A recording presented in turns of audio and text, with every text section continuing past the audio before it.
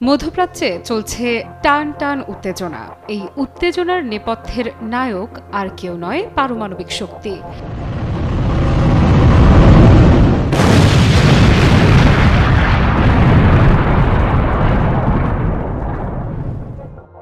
পারমাণবিক শক্তিধর রাষ্ট্র আমেরিকার আবদার, এই শক্তি শুধুই তাদেরই দখলে থাকবে।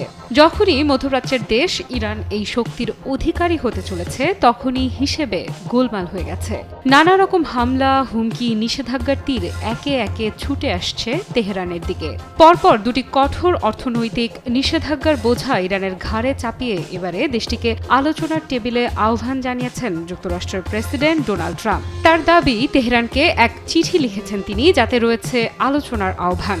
এই চিঠিতে তিনি জানিয়েছেন, হয় পারমাণবিক চুক্তি, নয়তো সামরিক সিদ্ধান্ত, এটাই ইরানের ভবিষ্যৎ। এসব কথার বিপরীতে ট্রাম্পকে ধুয়ে দিলেন ইরানের প্রেসিডেন্ট মাসুদ পেজেশকিয়ান।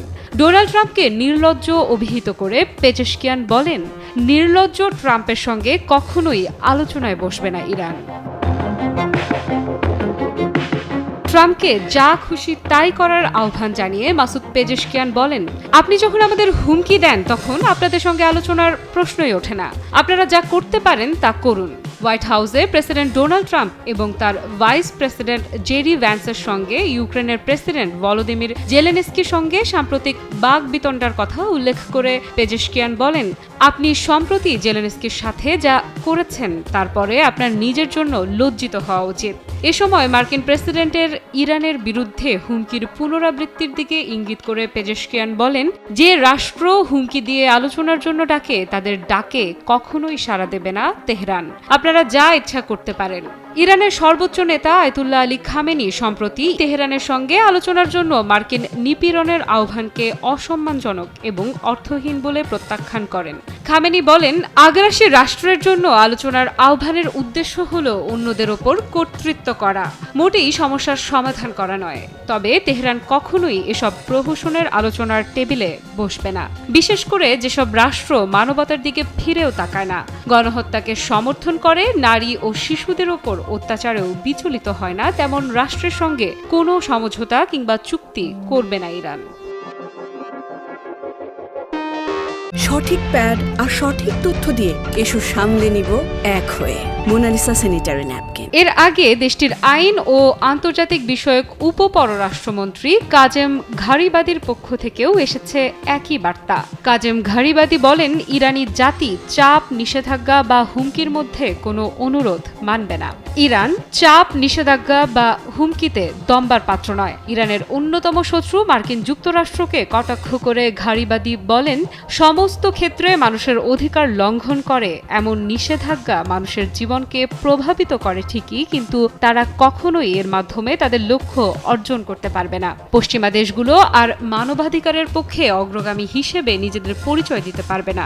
সেই সাথে তারা অন্য দেশগুলোকে মানবাধিকার লঙ্ঘনের জন্য অভিযুক্ত করতে পারবে না। যারা মানবাধিকারকে সমর্থন করার দাবি করে, তারাই ইরানের জনগণের অধিকারের হরণকারী। এই দেশগুলো ইরানের জনগণের বিরুদ্ধে একতরফা নিষেধাজ্ঞা আরোপ করেছে এবং জাতিসংঘের মানবাধিকার কাউন্সিল এবং জাতিসংঘের সাধারণ পরিষদে তেহরানের বিরুদ্ধে প্রস্তাব পাশ করেছে, যা অন্যায় ও অত্যন্ত নিন্দনীয়।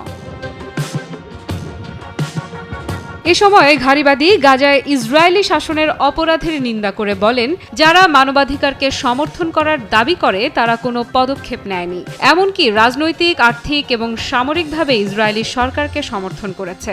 এ বিষয়ে ইরানের পররাষ্ট্রমন্ত্রী আব্বাস আরাকচিও উদ্বেগ প্রকাশ করে বলেন, কিছু দেশ মানবাধিকার শব্দটিকে অন্য দেশগুলোর ওপর রাজনৈতিক ও অর্থনৈতিক বা তাদের অভ্যন্তরীণ বিষয়ে হস্তক্ষেপ করার হাতিয়ার হিসেবে ব্যবহার করছে। এ সময় তিনি সকল সরকারকে ন্যায্যতা ও নিরপেক্ষতার নীতির ভিত্তিতে মানবাধিকার রক্ষা ও প্রচারের জন্য কাজ করার আহ্বান জানান। আরাকচি উল্লেখ করেন, ইরান দীর্ঘদিন ধরে এই ধরনের বিভ্রান্তিকর নীতির শিকার হয়েছে এবং সব একতরফা নিষেধাজ্ঞা অবিলম্বে প্রত্যাহারের দাবি করছে, যা ইরানিদের মৌলিক মানবাধিকার লঙ্ঘন করছে এবং লক্ষ লক্ষ নিরীহ মানুষকে কষ্ট দিয়েছে। এমন পরিস্থিতিতে যুক্তরাষ্ট্রের সঙ্গে ইরানের সমঝোতা কখনোই সম্ভব নয়। আফরিদা ইফরাত, নিউজ 24।